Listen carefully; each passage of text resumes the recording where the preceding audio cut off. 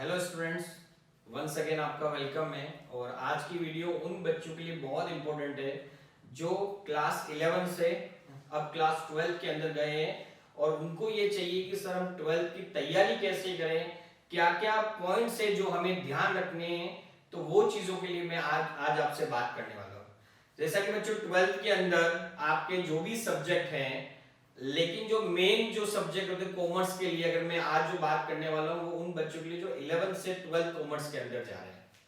तो आपकी यहाँ पर 3 पार्ट होते हैं कोर्स कंटेंट में, जिसके अंदर एक होता है अकाउंटिंग फॉर पार्टनरशिप फर्म, एक आपका होता है अकाउंटिंग फॉर कंपनीज, और देन उसके बाद थर्ड होता है फाइनेंशियल स्टेटमेंट एनालिसिस। तो ये 3 पार्ट जो है वो बहुत इंपॉर्टेंट है और ये तीनों पार्ट जो है अकाउंट्स के अंदर वो आपको पढ़ने हैं। देन उसके बाद आपका आता है बिजनेस स्टडीज एंड देन उसके बाद आता है आपका इकोनॉमिक्स। ये कोर्स सब्जेक्ट है कॉमर्स के अंदर। आपका हो सकता है आपका एडिशनल मैथमेटिक्स भी हो, साथ में इंग्लिश हो, जो भी आपने सब्जेक्ट लिया हो, आईपी पीई सब्जेक्ट लिया हो या मैथमेटिक्स हो, जो भी आपका सब्जेक्ट हो। मैं मेनली अभी जो बात करने वाला हूँ वो कॉमर्स के according accountancy, business studies and economics की बात करने वाला हूँ। सबसे पहले अगर मैं अकाउंट्स की बात करूं बच्चों, तो 12th का जो कोर्स है वो कंसेप्ट बेस है। इस बार लेंथी तो है लेकिन कंसेप्ट बेस है। इवन न्यू एजुकेशन पॉलिसी के अंदर भी ये क्लियर कर दिया है कि आपको रटने के, आप जिस तरह से आपका प्रैक्टिस क्वेश्चन आते हैं एज इट इज वैसे नहीं, थोड़े घुमा के क्वेश्चन आने वाले हैं। तो आपके कंसेप्ट क्लियर होने बहुत जरूरी है। इवन बिजनेस स्टडी के अंदर भी जो है वो केस स्टडी टाइप क्वेश्चंस आते हैं, तो वो सब चीजें हमको ध्यान रखनी है। सबसे पहले अगर मैं अकाउंटेंसी की बात करूं तो आपको अभी से ही सबसे पहले ये देखना है कि कौन कौन सी ऐसी चीजें जो 11th वाली जो चीजें हैं वो 12th के अंदर मेरे लिए इंपॉर्टेंट साबित होगी। सबसे पहले आपको बेसिक यहां पर क्लियर करना है।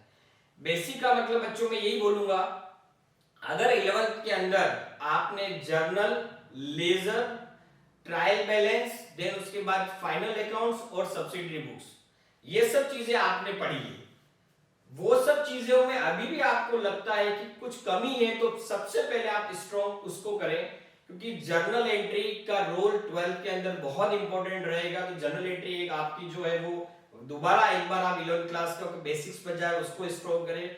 लेजर बनाना जो है वो आपको सीखना है, लेजर भी यहाँ पर इंपॉर्टेंट आपको आगे आएगी।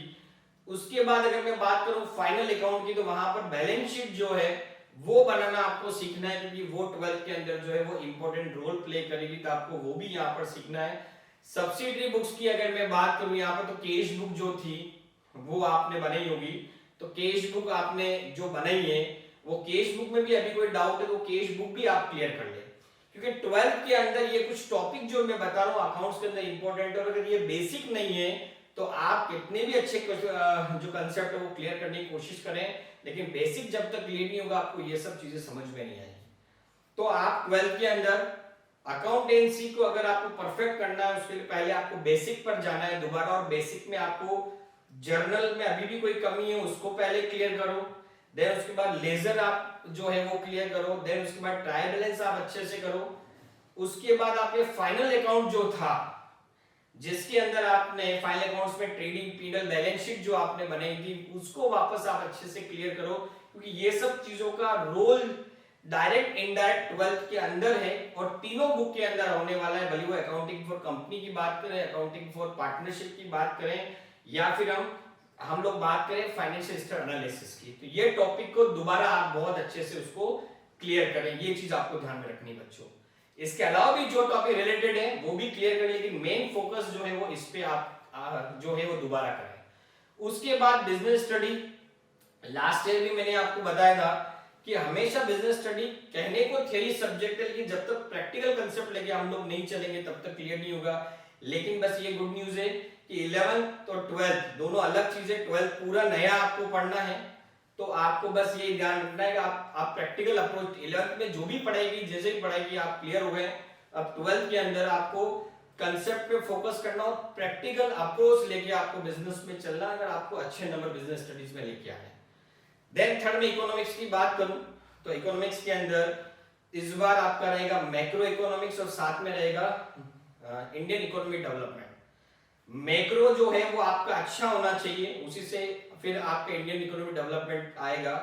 दोनों ही बहुत इंपॉर्टेंट टॉपिक है, लेकिन अगर आप अच्छे से ध्यान से कंसेप्ट वाइज एक एक लाइन को अच्छे से आप पढ़ेंगे, आपके स्कूल के टीचर की हेल्प लेकर भी, घर पे आके भी पढ़ेंगे, इवन आप एडिशनल की कोचिंग ले रहे हैं वहां पर भी आप सिर्फ मार्क्स पे फोकस नहीं करेंगे, सिर्फ रटने की कोशिश नहीं करेंगे, कंसेप्ट बेस अगर आप क्लियर करेंगे तो डेफिनेटली आपको बहुत अच्छा है। क्योंकि मैक्रो के अंदर तो आपको फिर भी जो है वो डायग्राम और इन सब चीजों से क्लियर हो जाएगा, लेकिन जो इंडियन इकोनॉमिक डेवलपमेंट है वह थ्योरेटिकल पोर्शन है और वहां कुछ नंबर्स भी आएंगे, तो उसको याद करने का हमको थोड़ी सी ट्रिक भी ध्यान में होनी चाहिए ताकि हम लोग इजीली कर सके। तो ये तीनों सब्जेक्ट मैंने आपको बताया, अकाउंटेंसी में किन किन चीजों की जरूरत रखनी है, बिजनेस स्टडी में कौन कौन सी चीजों की जरूरत रखनी है, और साथ साथ इकोनॉमिक्स के अंदर किन किन चीजों का आपको ध्यान रखना है।